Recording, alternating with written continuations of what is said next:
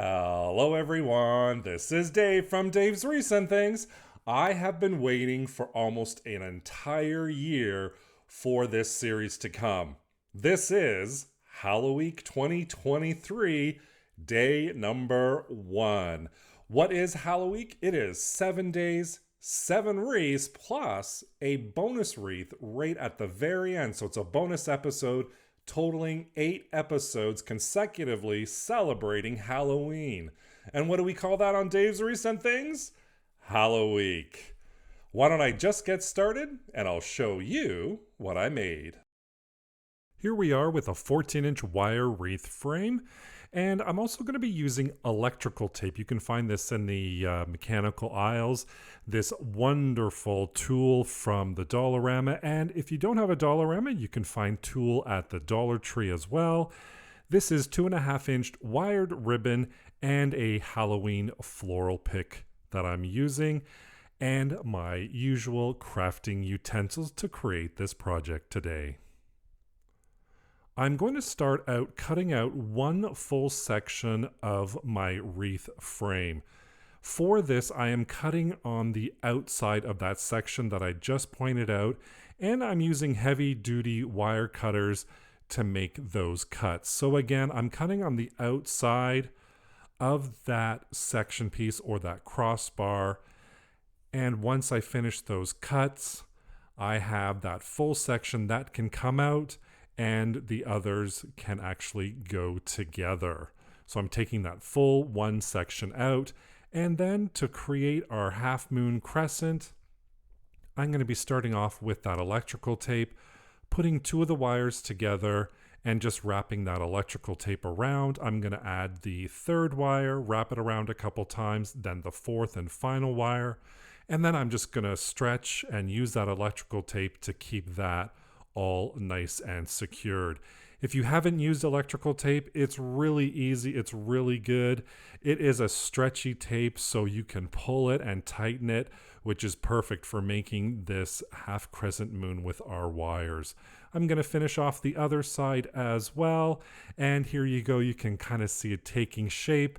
And once I finish that, I'm going to start off and wrap the entire frame using that same electrical tape. I love using electrical tape to make my wreaths or a base on a wreath. For this, we're just creating a black base to put the tool on top. Once I'm all finished wrapping it all around, I'm just going to cut off the excess. And if you find a mistake or if you have to cover something, like I did here, all you do is cut a little piece, put it on, and nobody will know the difference. It is so easy to use. I love it, and I always have electrical tape in my craft supplies. Now I'm just going to add on this tool. This is kind of like a black and orange spider themed tool that I just got at the Dollarama. I'm just gluing it down. I'm going to use my little tool because the glue is, of course, it's hot glue. It's hot. And then all I'm doing is I'm just going to wrap that all the way around. This is why I created that black base using the electrical tape. And at the very end, I'm just going to glue it down like we did when we started. And I'm just going to cut off that excess after that glue dries, creating this beautiful orange spider web crescent moon. Now it's time to start decorating. But first, we're going to make a bow.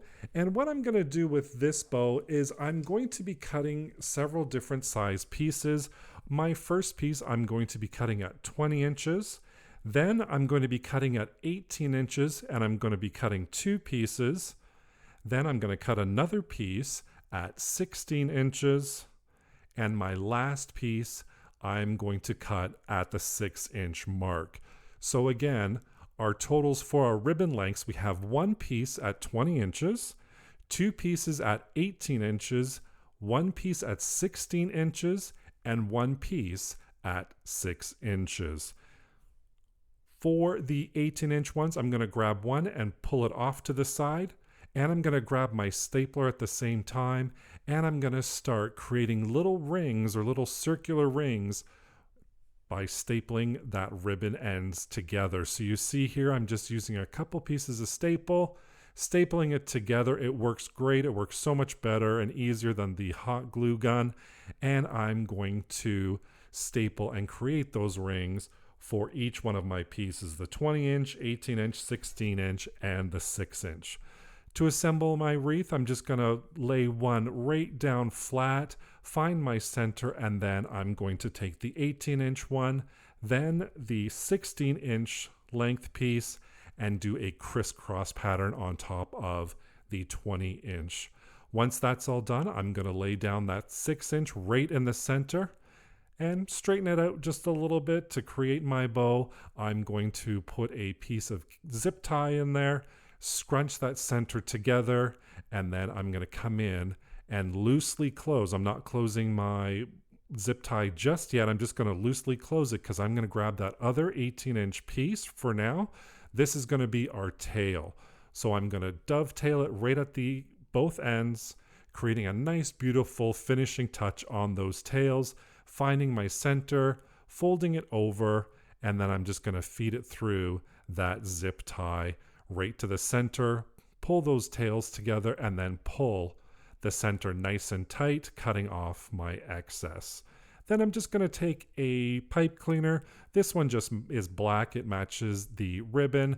Tie it around the center, and that's how we're going to attach it to our wreath. I'm going to fluff it up just a little bit just to kind of create that fluffiness of our bows, and you can see we created a beautiful bow for our wreath. If you've been watching me for a while, you know I always like to lay out everything on my wreath, do what I call a dry run, so nothing is glued down. I'm just kind of placing everything just so I can see where I want everything to go, if it's balanced. And what I found out when I did this dry run, that for me, the spider was a little bit too much. I wanted to see more of that orange tool, so I was kind of going back and forth. Do I want the spider? Do I not? I eventually didn't use the spider. But I'm just going to start off by attaching that bow with those pipe cleaner stems, wrapping it around, cutting off the excess.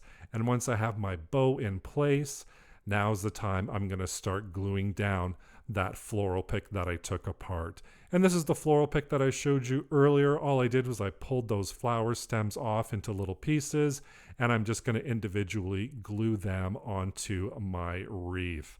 And of course, once I'm done with that skeleton, which is the last little bit on there, my wreath is done.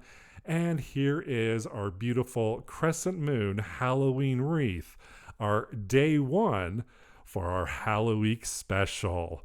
I just love this tool with the orange sparkly spider web, and I love that burgundy rose there mixed with all of these black bows, skulls, and of course the glittery spall. You had to put that on there.